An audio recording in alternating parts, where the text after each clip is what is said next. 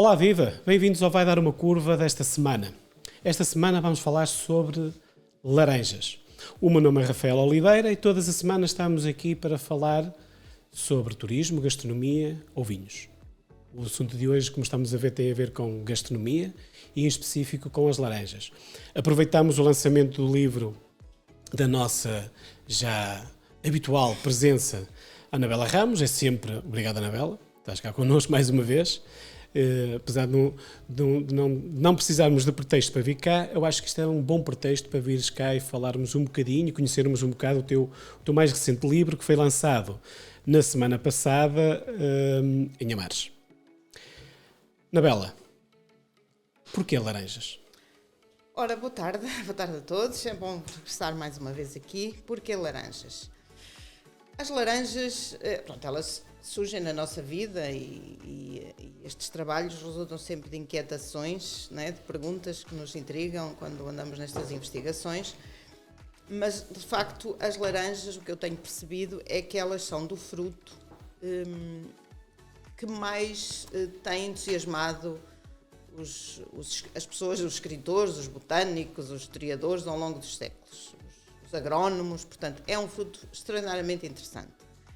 E há muita literatura, ao longo dos séculos escreveram-se muitos livros sobre laranjas e laranjais, a forma de os plantar, a melhor forma de eles produzirem, enfim, deu origem a muita literatura. E as laranjas também surgiram na minha vida numa determinada altura, quando eu percebi, sem eu saber nada sobre elas, não é? Ou como é que elas chegaram e se foram desenvolvendo ao longo dos séculos aqui em Portugal. Eu me apercebi no século XVII que os monges tibães tinham laranjais, já tinham laranjais, pelo menos desde o século XVI que eu observava isso, e eu não percebia porque é que eles tinham laranjais quando eu cheguei à conclusão que as laranjas eram azedas. Portanto, aos nossos olhos da atualidade, né, que só concebemos a existência de uma laranjeira se ela der laranjas doces que se comam, não percebia muito bem como é que no passado as laranjas eram azedas e se plantavam laranjais. Portanto, foi essa inquietação, foi isso que me levou a pesquisar e a tentar saber mais porque é que isso acontecia. E pronto, e fui por aí. Fui andando. Foste escavando, como diz no livro. Exatamente, fui escavando. Essa parte das laranjas doces, agridoces, azedas, até isso dava certo um livro, ou seja, porquê este como é que eu ia te explicar,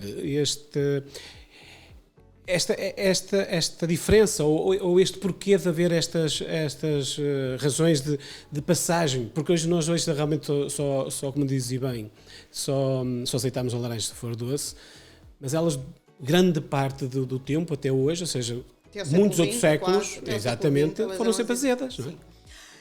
É assim, elas chegam aqui à Península para os árabes, e isso está no seu bilhete de identidade. A palavra laranja é uma palavra que vem do sânscrito e só existe na Península Ibérica. Portanto, laranja ou naranja, com os espanhóis, é uma palavra do sânscrito, portanto vem da Ásia. E foram os árabes que trouxeram. E eles trouxeram-na. E trouxeram-na porquê? Trouxeram-na porque precisavam dela em termos medicinais. Eles não a trouxeram enquanto fruto. Trouxeram-na enquanto árvore medicinal ou árvore que alegrava os jardins. Portanto, árvore de paisagem. Ela entra nessas duas funções. Portanto, não interessava se ela era doce. Isso era um pormenor que não lhes interessava. Porque o que eles queriam, de facto, e por isso é que os monges tibéis têm... Os monges, e não só, têm laranjais. O que eles queriam, de facto, da laranjeira não era o fruto, mas era a flor. Portanto, a flor que depois era destilada ou era transformada em óleo e era utilizada medicinalmente. Portanto, durante séculos, a laranjeira interessa por essa razão. Não interessa por mais nenhuma razão. É evidente que no extremo oriente da Ásia havia já, não sei com certeza, variedades doces, mas os árabes, que estão ali na zona eles vêm através do Norte de África e, portanto, e da Arábia, eles conheciam uma variedade azeda que lhes interessava particularmente por questões medicinais, e é essa que trazem para a Península Ibérica, é essa que cultivam, que plantam nos jardins. Portanto, a laranjeira também interessa e tem é muito aprazível. Também tem uma fundação decorativa nos jardins. Para os jardins, porque é uma árvore de folha perene, é uma árvore que dá uns frutos da cor do ouro. Aliás, os romanos chamam-lhe aurântium, portanto, fruto, cor do ouro. Portanto, é uma planta que está sempre bonita e, para além disso, é sempre perfumada. Mesmo as suas folhas são ligeiramente perfumadas, e uma parte do ano dá um perfume que é extraordinário. Portanto, para além desse facto de ser bonita todo o ano, quando as outras árvores dos jardins não estão bonitas, ela continua sempre bonita, nunca perde essa beleza e depois ainda dá perfume. Portanto, interessa em termos de árvore de jardim. E interessa em termos de árvore medicinal. Mas tu aqui no teu livro, apesar da laranja vir para Portugal, tu no fundo centras aqui Portugal no meio deste negócio que é a laranja, não é? Exatamente. O título do livro chama-se Laranjas de Portugal. Não somos nós que lhe damos este nome, nós os portugueses, ou que eu criei, eu inventei este nome. Quem as chama assim são os europeus. Portanto, são as laranjas de Portugal. São os europeus que, quando se referem a uma laranja, dizem laranjas de Portugal. Portanto, especificam-nas e distinguem-nas das outras. São as laranjas de Portugal. Portanto, é um nome dado às nossas laranjas. Em que altura, mais ou menos? Século XV, XVI, pelo menos eu encontro essa referência já século XV, XVI, XVII, XVIII. Mas aí as laranjas ainda eram azedas. Aí já havia laranjas doces, mas ainda predominavam as azedas. Portanto, as azedas mantêm-se como interessantes em termos comerciais e da exportação até muito tarde. Mesmo já com as laranjas doces a circular, elas continuam-se a exportar. Porque têm esse interesse medicinal que a laranja doce ainda não tem. Mas o interesse medicinal tinha algumas características que a nível medicinal eram mais importantes e mais interessantes do que a doce. Do que a doce, sim. E, portanto, ela continua a ser comercializada, mesmo já estando a doce. É evidente que depois, com a medicina química do século XIX, com o encerramento dos mosteiros, com o abandono completo das práticas medicinais mais antigas, ela deixa de ter interesse e passa, mesmo até a flor deixa de ser interesse, passa a ser substituída pelo limão, não é? Porque claro. Também se deixou de destilar.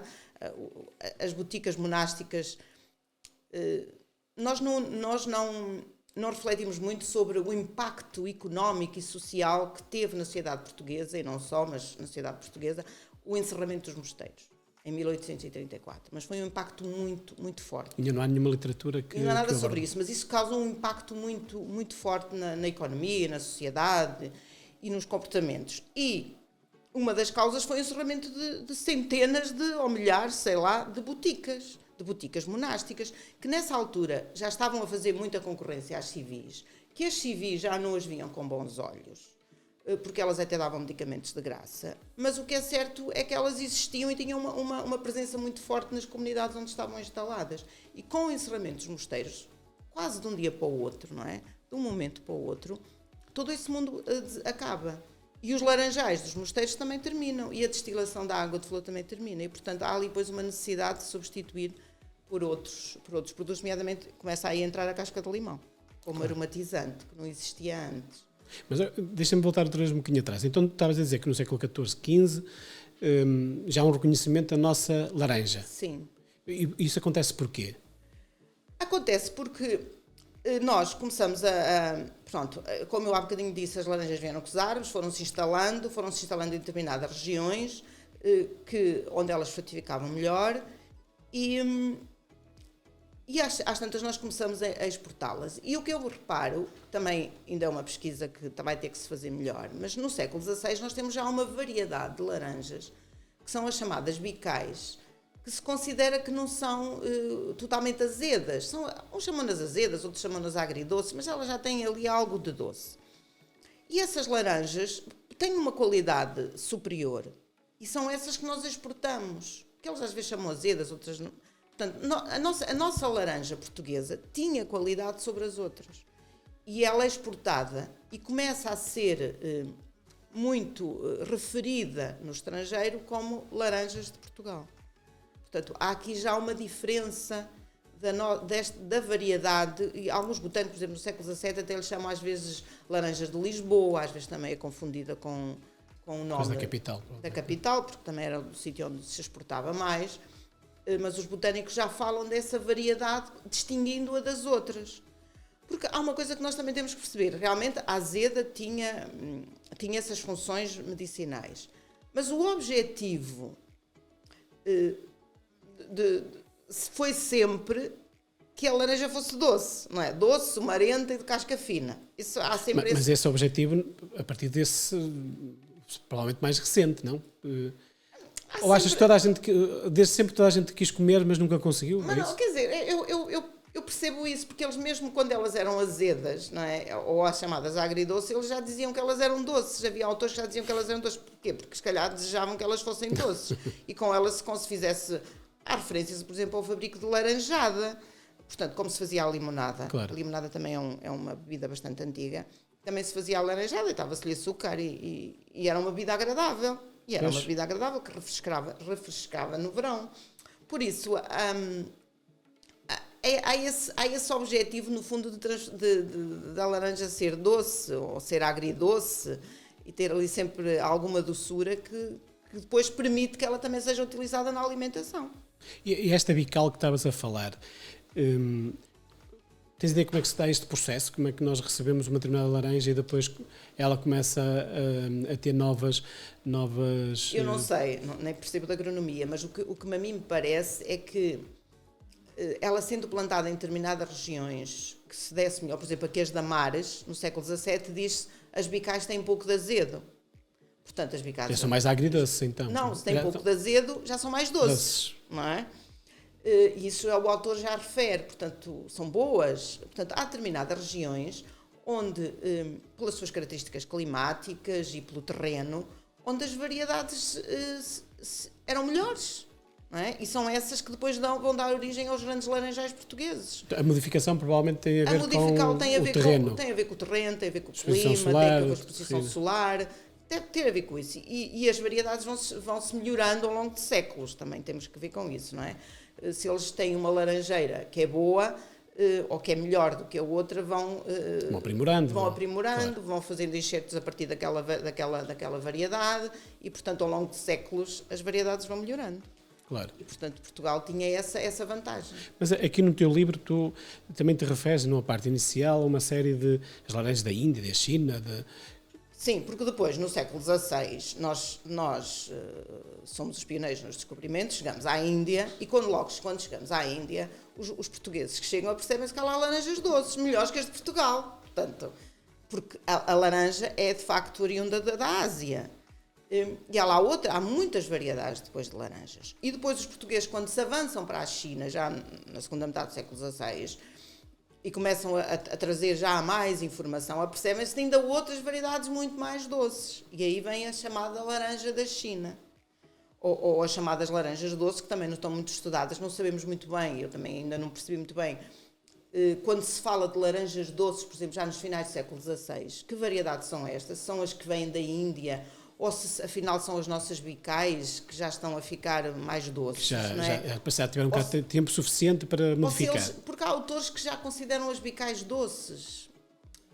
Pronto, já há ali alguma... Sim, deve haver ali uma altura que, em comparação, umas começam a ser doces e outras umas não. Começam a ser doces, ou se já são algumas variedades que se trouxeram da Índia, porque eles de facto constatam que há lá variedades mais doces, ou mesmo as da China. As da China são então docíssimas, são doces, são sumarentas, são de casca fina. E, de facto, as da China emergem e surgem, de facto, no século XVII.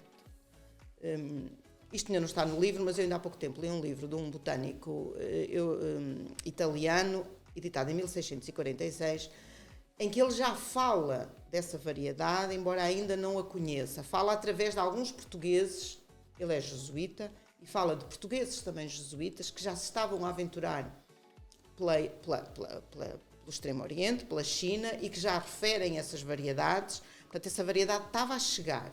E eles já a falam. E éramos nós que estávamos a trazer. E fomos nós que as trouxemos. Então, depois este reconhecimento das laranjas de Portugal vem daí. Ou seja, nós trouxemos para cá e começámos a distribuí-las pela Europa. É isso? Exato. E depois nós já tínhamos... Não, nós nesta altura já tínhamos as laranjas de Portugal. Sim, não é? exato. Mas depois vamos trazer outras. As chamadas laranjas da China. As laranjas da China, os europeus chamam-nas sempre laranjas da China. Que vão dar depois origem na Europa do Norte, mesmo ao termo laranja. Appelsine, portanto, uma corruptela de Chinese Apple, ou Apple de China, não é? Originária, o pomo de China. Portanto, mesmo até em russo disse Appelsine, a palavra laranja.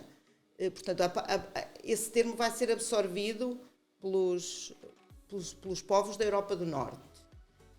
Nós na Europa do Sul já tínhamos Portugal como nome de laranja, não é? Mas há uma série, aliás, aqui no próprio livro tens aqui uma série de países. Que é engraçado vermos uma série de países em que a própria palavra é muito parecida com a nossa. É Portugal, é Portocali, na Grécia, na Grécia Bulgária. é Portugal, Albânia é Portocali, e na Bulgária é Portugal, Turquia Portugal com capa, no Irão Portugali. Exato.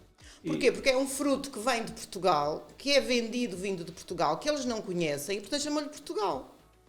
Não é? Nós exportámo-lo e ele começa-se a ser divulgado no século XV, XIV, XV, XVI. Nós vendemos-lo e eles não conhecem aquele fruto, como é que também é Portugal. Pronto, chamam-lhe Portugal. E acaba por o nome ser o nome do fruto, não é? E depois como é que nós, com isto... somos nós que levamos para a América do Sul e América do Norte? Somos nós que levamos, sim. Somos nós que levamos, sobretudo, para o Brasil e ela vai-se divulgando a partir de... Levamos a doce e levamos as variedades portuguesas e levamos depois a da China. A da China nós vamos levá-la logo no início, meados do século XVII, já estamos a levá-la para o Brasil. E vamos expandi-la. E a variedade da China teve tanto sucesso que o próprio rei vê-se obrigado a proibir que se exportem laranjeiras a partir de Portugal, que nós as continuamos em meados do século, em 1671. Ele proíbe isso, porque era uma explosão. Lá está. Porquê? Porque a laranjeira era uma árvore tão interessante e tão requisitada para os jardins europeus, e depois também para ser consumida, não é? Porque ainda por cima esta já era doce, que quando vem esta doce, portanto... Toda a gente quer a doce. Toda a gente a quer. Pronto, exatamente. Toda a gente quer ter uma laranjeira da China. Porque era doce, sumarenta e de casca fina. E de casca fina. Então nós levamos depois a laranja para a América do Sul. Aqui, como é que aparece a laranja da Bahia? É neste seguimento? Ou... A laranja da Bahia surge nos finais do século XVIII já. É um híbrido. Portanto, ela emerge ali por uma situação ocasional, provavelmente, não é? Eu aqui no livro ainda não falo disso, mas eu, entretanto, localizei um livro francês dos inícios do século XIX, 1818, em que o autor, ele só fala de laranjas, chama a História das Laranjas, das inúmeras variedades que ele identifica já nos finais do século XVIII na Europa, inclusivamente as tais de Portugal e as dos Açores, porque nessa altura os Açores também já tinham muitas laranjas, e as de Malta e as de Nice, ele depois já começa a identificá-las, e ele fala já das laranjas que ele chama de imbigo. Em 1818, portanto, ele já lhe diz que ali naquela zona da Bahia, naquela região, havia uma variedade de laranjas que eram muito doces, que não tinham... Estas tinham a vantagem de serem doces, sumarentas, de casca fina e sempre vides. E tinham um umbigo, ele chama-lhe até imbigo, portanto era um termo local que ainda hoje as pessoas no mundo mais popular chamam imbigo mais e não rural, umbigo, mais rural. Isso também era um nome que ele vai encontrar no Brasil, esse autor é francês e encontra no Brasil, não percebe que não é bem assim que se diz, não é? Não percebe o português, mas ele relata esse termo imbigo. E diz, estas laranjas são deliciosas, é importante virem para aqui agrónomos estudarem isto, porque ele ainda nem apresenta desenhos dela, gravuras, não apresenta nada, só diz, está aqui uma variedade, é preciso estudar isto, é preciso vir para aqui agrónomos e estudar isto. Portanto, ela está já nos inícios do século XIX presente naquela região. E depois vai ser trazida para a Europa. portanto é uma variedade extraordinária, vai ser trazida para a Europa e vai ser essa laranja, a da Bahia, que depois vai ser denominada também por laranja da Bahia, que se vai divulgar por todo o novo mundo, Estados Unidos, África do Sul, Austrália, e que vai dar origem aos grandes laranjais que E aos grandes produtores, não é? E aos grandes produtores que depois vão criar uma explosão de produção de laranja no século XX. Portanto, e Portugal, nessa altura, começa a decair a sua produção. Portanto, os locais de produção mudam, não é? As rotas de comercialização também mudam. E Portugal deixa de ser um dos grandes produtores mundiais, como era, que vendia para a Europa, era o seu mercado, não é? Claro. E passam a ser essas regiões, nomeadamente os americanos. Mas a Bahia também é uma variedade que nós levamos para lá e depois no Brasil ela acaba por se aperfeiçoar? Sim, a Bahia surge ali, naquela região, através de uma hibridação dentro das variedades de laranjeiras. Que nós levávamos para lá doces que nós levávamos para lá, e sim, amargas. das laranjas que nós vamos para lá, sim, exatamente. E depois dali nasce aqui uma nova variedade. Nasce uma nova variedade que se expande com muita rapidez, não, mas pelo menos ao longo de todo o século XIX, até no século XX. Logo no início há uma frase, uma pequena frase que diz uma coisa engraçada que eu achei muito piada, que era um Portugal, como é que tens lá? Um Portugal salpicado de laranjeiras. Nós, hoje, quando pensamos em laranja, quando estamos na região do Minho que estamos aqui, nós lembramos-nos sempre aqui de Damares, temos também algumas aqui em cima em Arcos de Alvez, as de Irmelo, mas depois, a seguir, só nos lembramos do Algarve, mas não é bem assim. Mas não é bem assim, não. Nós tivemos outros grandes laranjais, não é? No norte temos de facto estas, a da Mares, a de Irmelo, que praticamente está extinta, mas lá está, também estava ali próximo do mosteiro e tinha ali uns laranjais e elas davam-se bem ali, lá está, e foram-nas plantando à custa de séculos, elas acabaram por se individualizar. O mesmo acontecia na Pala, numa região ali na zona do Douro.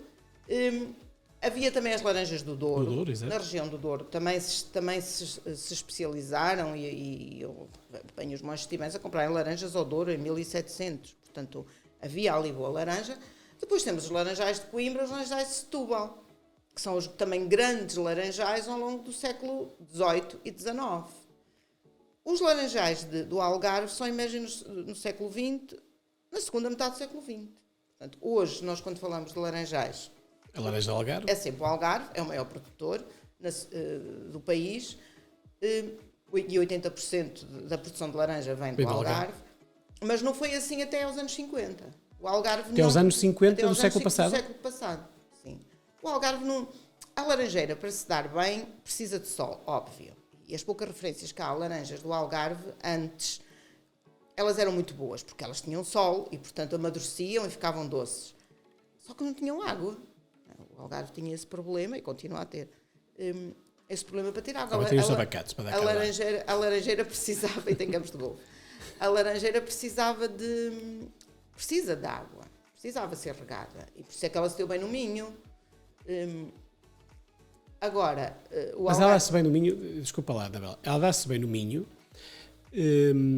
mas não acaba por ser um bocadinho estranho? O Minho, as condições, o Minho, ok, tem muita água, mas a nível de sol tem menos, tem muita umidade. Mas há pequenas regiões, pelo caso da Mares, pequenas localidades onde ela se produzia melhor. Mas o que é facto, esse também é um estudo que eu estou a fazer, o que é um facto é que há autores, já no século XVI, que dizem que se exportavam muitas laranjas a partir do Minho. E a Mares tem aqui um papel fundamental. A Mares tem aqui um papel fundamental, porque a Mares tem um microclima. Não é? Sim, tem uma exposição solar fora de comum, é verdade. Tem dois rios a circular à volta da Mares, depois encontra-se ali com uma exposição, e vê-se também no vinho. Né? Sim. E, portanto, desde muito cedo, eu neste momento estou a encontrar muitos laranjais no século XVI, mas eu tenho quase a certeza que eles já são anteriores. Desde muito cedo há muitos laranjais. Mas ligados a algum mosteiro ou tens essa ideia? Eu estou a estudar propriedades do mosteiro de Rendulf, mas são propriedades que estão espalhadas pela área geográfica da Mares. Portanto, são casais onde se produz vinho, onde se produz frutas e onde estão laranjeiras. Portanto, elas estavam disseminadas pela paisagem. Nós, se olharmos para o mapa que tem aqui, que tens no teu livro, nós começamos então por Ermelo, Lamares, Douro, Pala, Coimbra, Lisboa e Setúbal, Algarve e os Açores. E os Açores, sim. Os Açores, que também não, é uma região que aparentemente não tem grandes condições para a produção de laranja, porque tinha aqueles ventos, aquelas umidades muito fortes e a laranjeira precisava estar protegida. Mas ela também começa, logo no século XVI já há referência à plantação de laranjais nos Açores.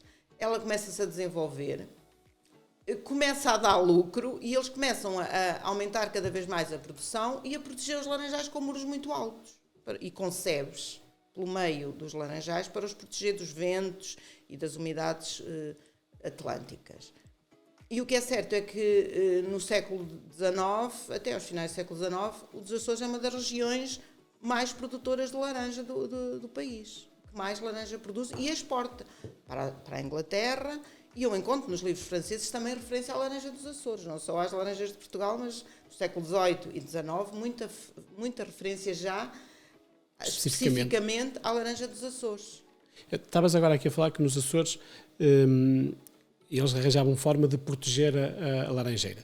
Mas isso também acontecia aqui no Minho, por exemplo. Isso também acontecia no Minho, sim. Os muros altos, ou plantar, no caso da Mares, as oliveiras, que as protegem, porque também são árvores perenes e, portanto, protegem as laranjeiras da geada. A construção de muros altos. Eu vejo os monges de Rendulf a dizer construímos um muro alto à volta do laranjal, portanto, para proteger dos ventos e das geadas e dos frios. Plantar uma laranjeira junto às casas, como eles dizem, ou junto à casa, mas aquelas expressões... Nos pátios era... Nos pátios, exatamente. nas eiras... Estás a falar, é verdade que... Há sempre uma laranjeira. Exatamente. Ainda hoje isso está na paisagem. Está protegido, exatamente. Ainda hoje está na paisagem. Ainda hoje há essa prática de se plantar uma laranjeira junto à casa. E isso é algo que eu encontro em 1500, aqui no Minho. Portanto, mas é engraçado que acabamos por ter duas árvores que... Uma delas, a laranja, que para se dar bem tinha que estar protegida, por uma outra árvore que acabamos agora quase que não há, que é a oliveira para produzir azeitona. Nós temos pouquíssima produção de azeitona. Sim, o Minho nunca foi grande produtor de azeite. Sim. E foi grande qualidade. Há autores que defendem que a oliveira só entrou cá já no século XVII, muito adiantado. Não, ela já estava cá, ela entra mais cedo, porque há necessidade de ter azeite, até para os atos litúrgicos, para a iluminação. Portanto, o que traz a azeitona, a oliveira para norte, é a necessidade litúrgica, é a prática litúrgica, é a religião que a traz. Sim. E a necessidade de iluminação. Não é tanto a alimentação, ela não vem por aí. Mas o que é certo é que ela no século XVI está aqui bem presente já em Amares e está ali consociada com as oliveiras. Com as laranjeiras. Com as laranjeiras, sim, peço desculpa. Agora, é evidente que hoje a região nunca foi muito propícia à produção de azeite, portanto isso hoje foi abandonado, como é óbvio, porque hoje há outras regiões onde se produz e, portanto, os produtores não apostam porque sabem que a produção nunca é tão abundante como noutras regiões. A parte económica ou financeira, claro. não, porque agora também em Amares já há pouquíssima produção neste momento. Pois, em Amares neste momento está num tempo de viragem, penso eu, não é? Está num tempo de... Poderá vir a ser um negócio. Ou abandona até aos anos 60, 70, a laranja era um bom negócio, depois entrou em decadência, agora estão a tentar revitalizar a tal variedade de Amares. Portanto, qual é a diferença da Amares, por exemplo, para a do Algarve? A do Algarve é mais parecida com a Bahia? Não. A do Algarve tem várias variedades, sendo que uma delas é a da Bahia e há outras variedades, mas a mais comercializada que está por aí é a da Bahia.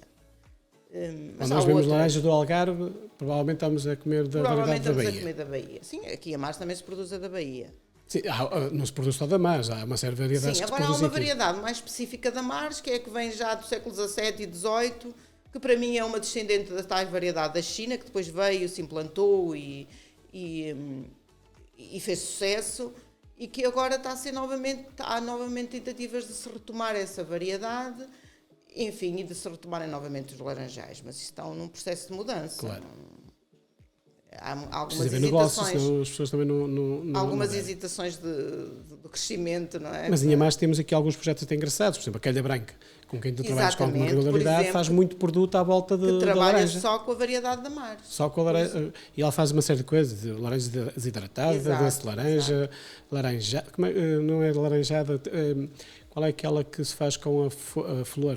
Florada. A florada, tem bolachas de amar, Sim, sim, licores, tem uma série de, Pois, e de produtos. e a Mar tem já uma associação, a Mar Citros, portanto, tem já alguma dinâmica no sentido de defender a produção de laranja na região. Embora haja produtores que dizem que têm laranjais e não produzem, então a laranja fora porque não têm venda ou porque não estão no... Enfim, há alguns problemas aí que se vão decidir naturalmente nos próximos tempos. Nós com isto, e os Açores aqui provavelmente também têm um papel importante, provavelmente com a ligação que tenha aos Estados Unidos, por exemplo, para começarmos a levar a laranja para o outro lado e tornarmos os países do outro lado do Atlântico as grandes potências de produção de laranja. Provavelmente o Brasil é o maior produtor de laranja para a indústria. Sim, acho que é o maior produtor mundial. Para a indústria, não é? Sim. E depois os Estados Unidos também, com Califórnia, etc., com grande produção de laranja. De sumo, não é? E de sumo, exatamente. Trouxeram É que o sumo também tem aqui um utilização. impacto grande no século XX. Sim, porque hoje a produção de laranja é visível sobretudo na produção de sumo. Exato. Não é?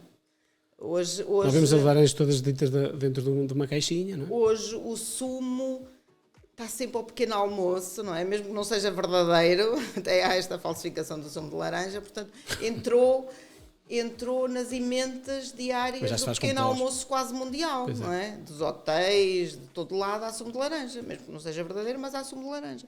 Portanto, e foram os americanos que trouxeram essa novidade para a mesa. Que foi transformar a laranja em sumo. Em sumo.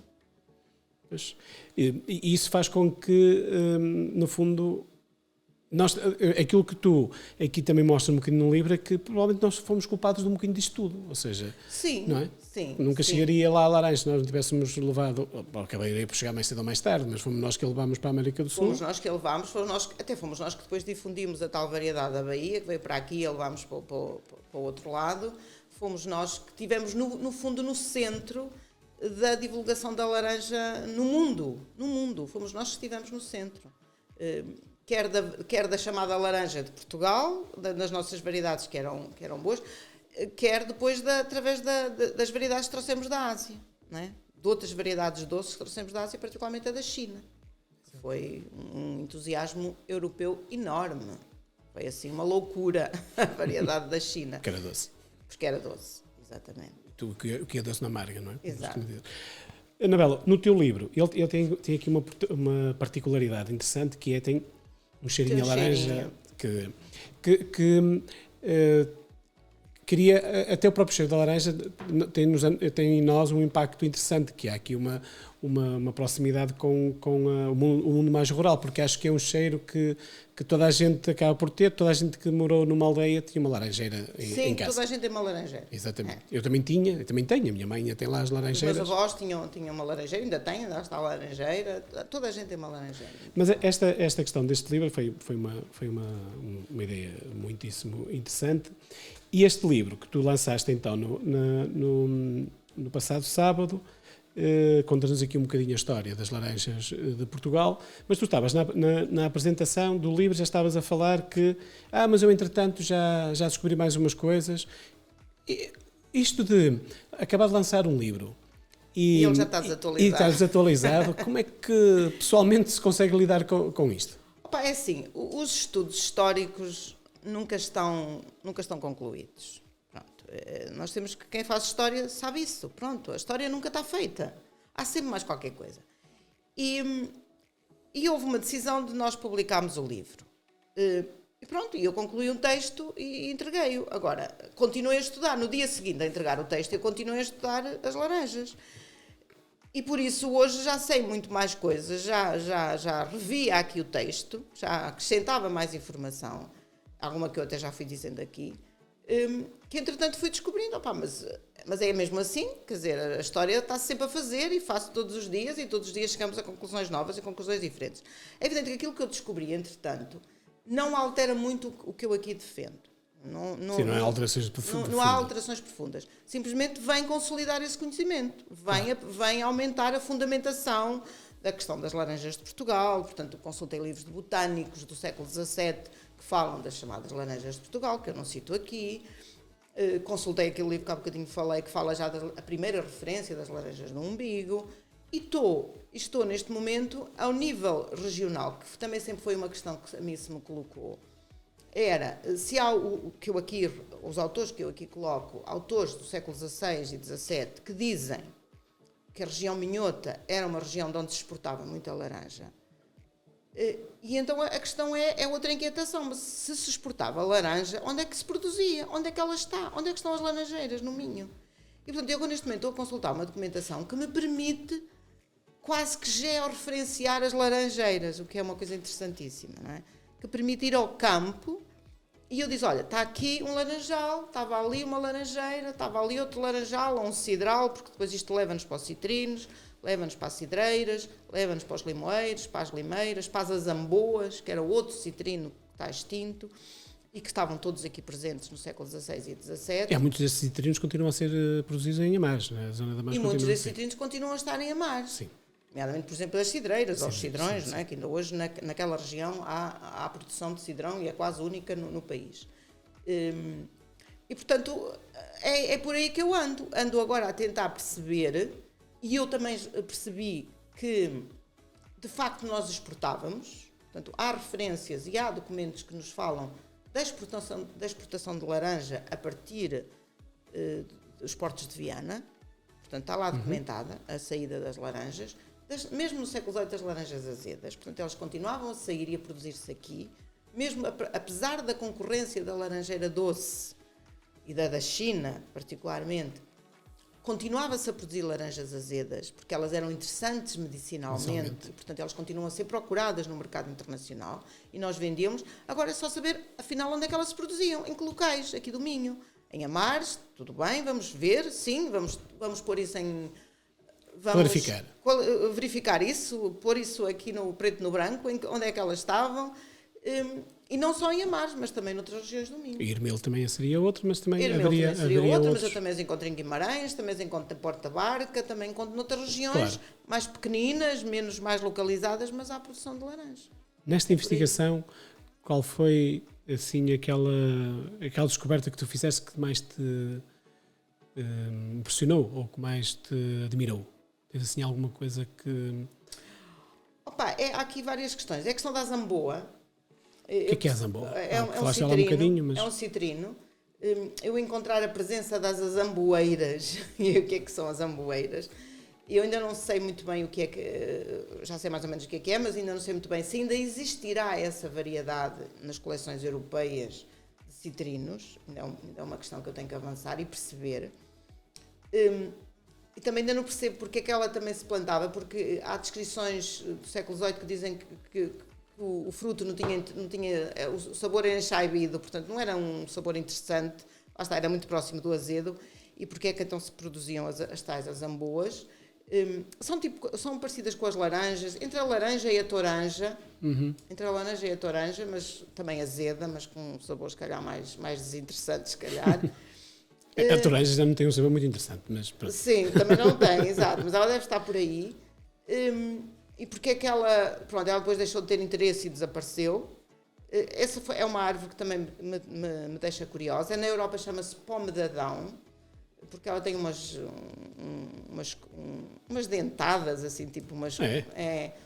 há descrições dela, e até de gravuras, em livros franceses.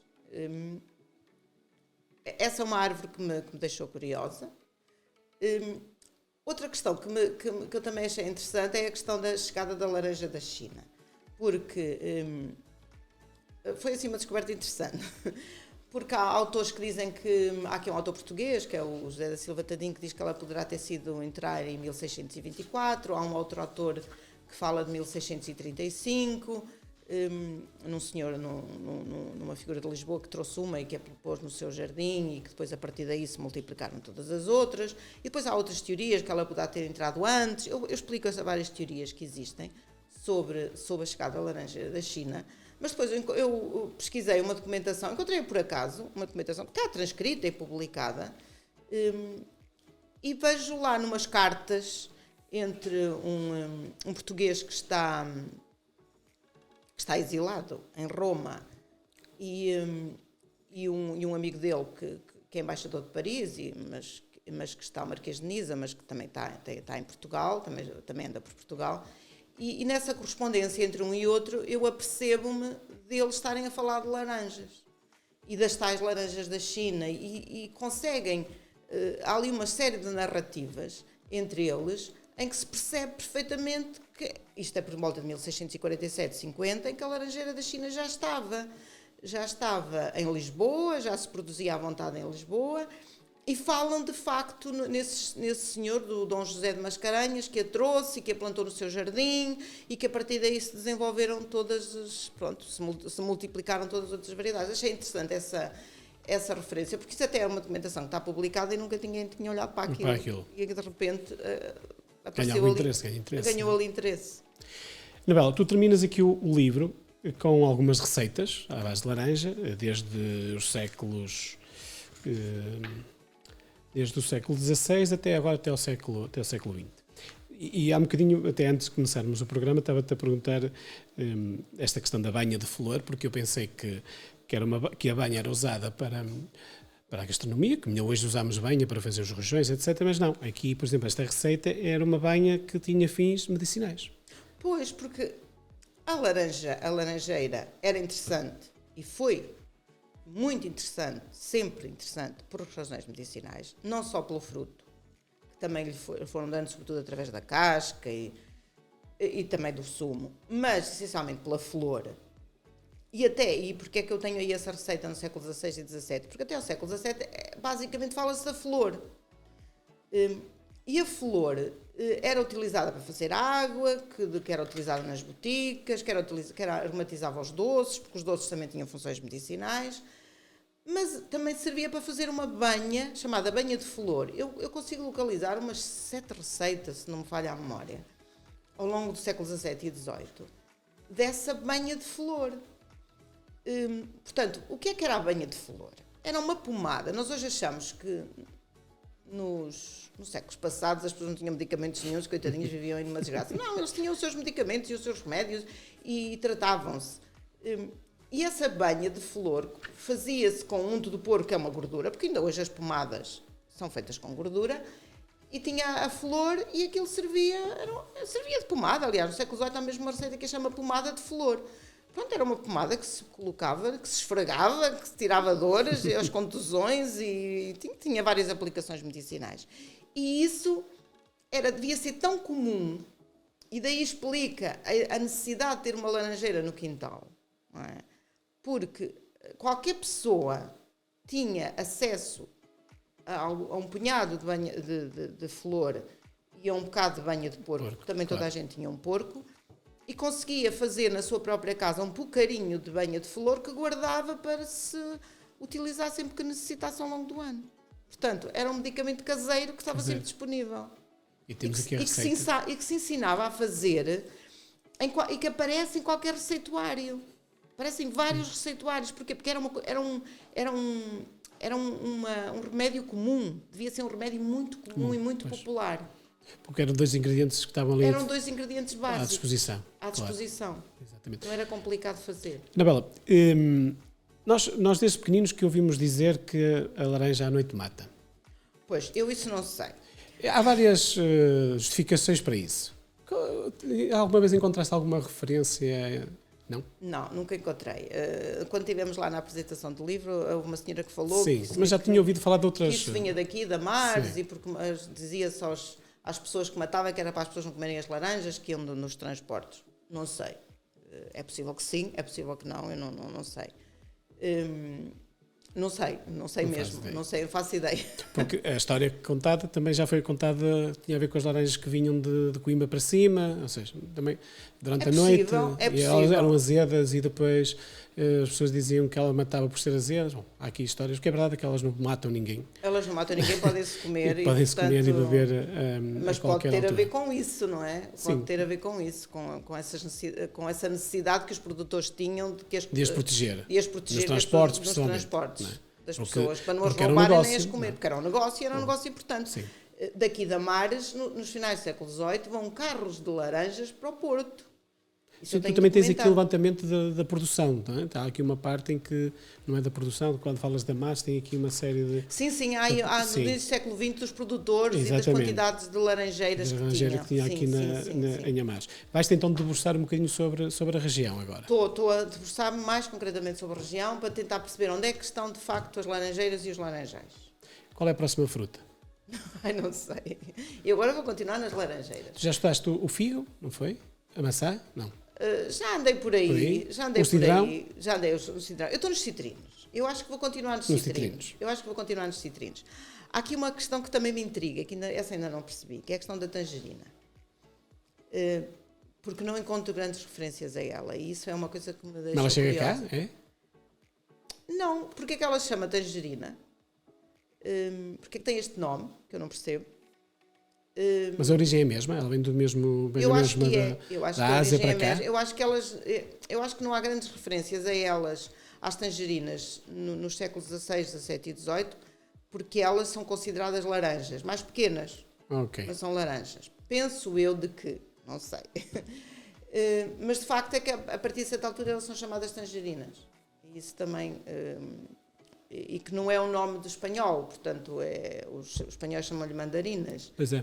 Não tem muito a ver, mandarinas tem mais a ver com a Ásia, mandarim, sim.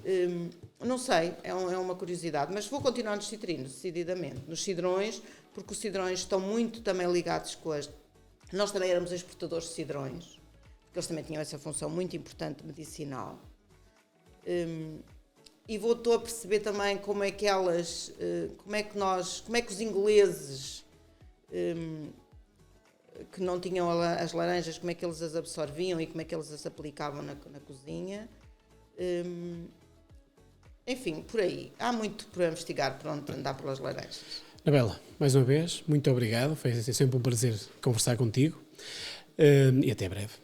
Vamos voltar a ver em breve.